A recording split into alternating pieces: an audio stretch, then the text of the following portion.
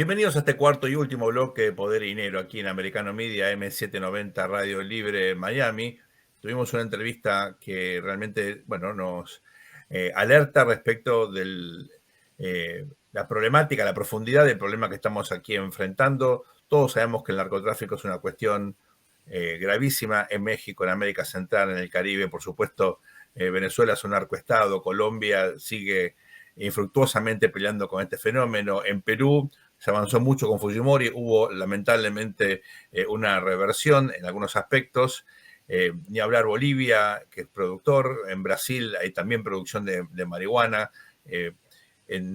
Hay mucha evidencia que Paraguay está involucrado lamentablemente en redes de crimen organizado sobre todo, pero no únicamente la triple frontera, la cuestión logística que hablamos recién.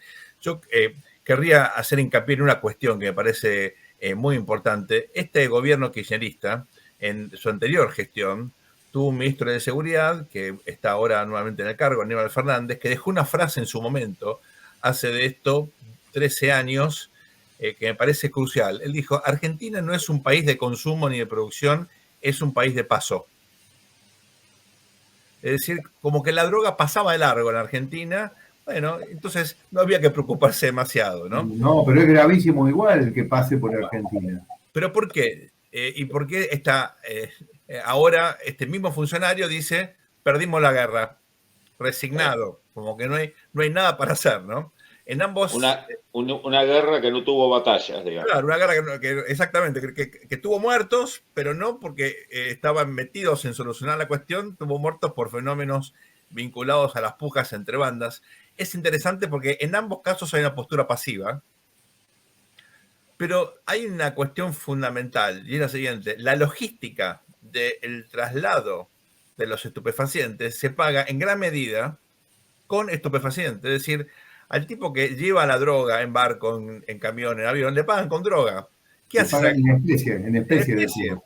¿Qué hace con esa droga? Y la tiene que vender. Claro. Con lo cual, cuanto más droga pasa, más droga queda.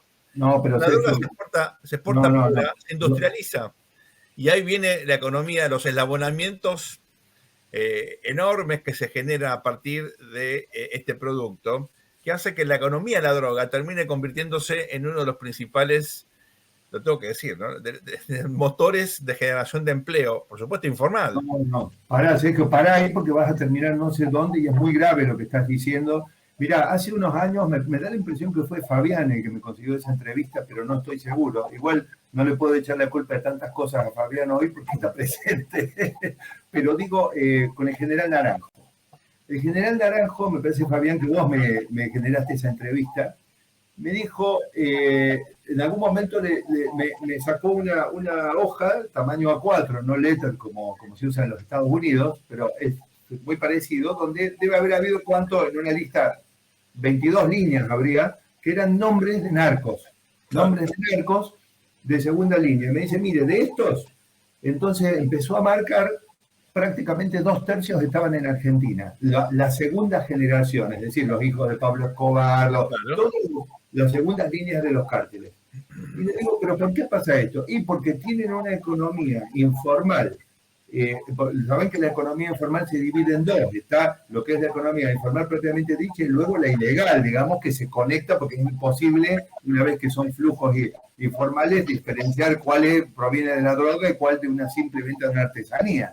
Entonces, me dijo, con esa economía que es del tamaño de Chile, es el caldo propicio para que opere el narcotráfico en Argentina. No es casualidad. Y yo digo a continuación, en otra entrevista que tuve en Scotland Yard, donde les aclaro antes que lo diga Fabián, no estuve detenido por el crimen de Jack el Destripador, no fui yo, fue en un curso de capacitación. Y yo les pregunté por el tema, me dijo, mire, ¿hay conexión con la política? Sí, mire, vamos a almorzar, no perdamos el tiempo, porque si hay conexión con la política no lo van a poder resolver. Y me parece que es la realidad en Argentina, porque la política se financia de las policías que tienen el control del territorio, y ellas son las que terminan teniendo una convivencia. Eso es lo que explica que no haya. Es decir, acá hay gobiernos que se golpean el pecho diciendo que combaten el narcotráfico, y gobiernos que salen a hacer frases tolerantes como las que vos acabás de decir, que dijo el actual ministro de Seguridad de Argentina hace 13 años. pero la realidad es que los hechos no están. Los detenidos y los muertos por narco no lo tiene ningún gobierno. Entonces, hay una connivencia entre la política. Me parece que este aporte que nosotros intentamos hacer hoy tiene que dejar claro que el fenómeno es complejo y espero que lo de Messi realmente represente un punto de inflexión. Yo te agregaría algo, Santiago. En el caso de la Argentina, después podemos hacer una reflexión sobre el resto de la región. Que una de las cosas que ha sucedido es, por ignorancia, por estupidez, por buscar algo que acomode los relatos, o en algunos casos, porque se lo cree, hay como en la idea de que ciertos países de América Latina no tienen que tener reacción armada.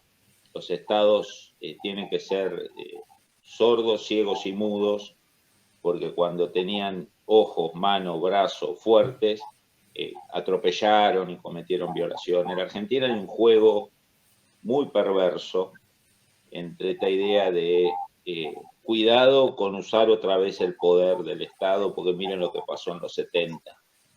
Obviamente hay sectores ideologizados que creen esto, y después hay sectores ligados al delito y al narcotráfico que apoyan ese relato. ¿No? Esta idea de no se muevan, no disparen, no se organicen, ¿no? Y después volvemos al tema de una tendencia que es mucho más allá de la Argentina, que es esta idea de relativizar el delito, ¿no?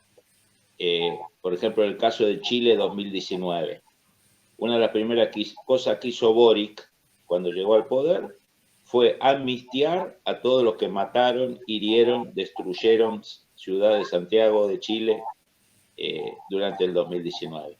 Indultó delitos de sangre, indultó gente que le sacó ojos a la policía, que dejó inválidos a civiles, ¿no? Si el tipo llegó, un gobierno desastroso, con problemas, con internas, se hizo el tiempo para amnistiarlo. Llega Lula, se caen todos los procesos judiciales por corrupción, por lavallato, ¿no?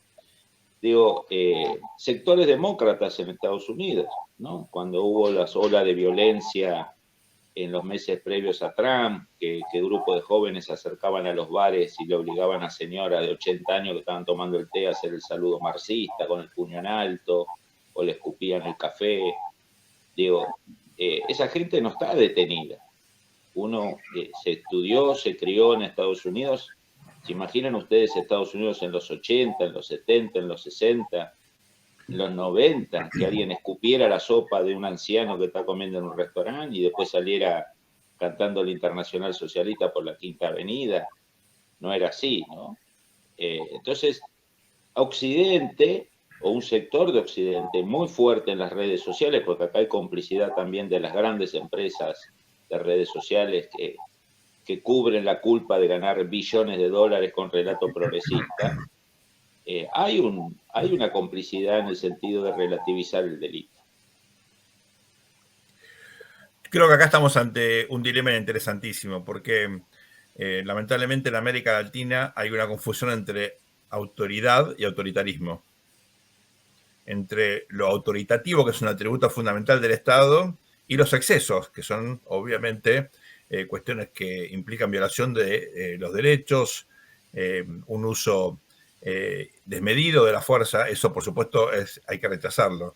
Esto tiene que ver con una historia muy, muy traumática de violencia, y tiene que ver también con cierta inmadurez política, de entender que el Estado tiene funciones que tiene que cumplirlas. Se nos acabó el programa. Ha sido un tema complejo que seguramente vamos a tener que volver a analizar más adelante, pero nos parecía importantísimo debatirlo con ustedes. Ojalá que sea un aporte valioso, Sergio, Fabián. Dios quiera que así sea. Les mando un abrazo grande. Va a ser hasta muy prontito. Esto ha sido Poder y Dinero aquí en Americano Media, AM790, Radio Libre Miami. Hasta muy pronto.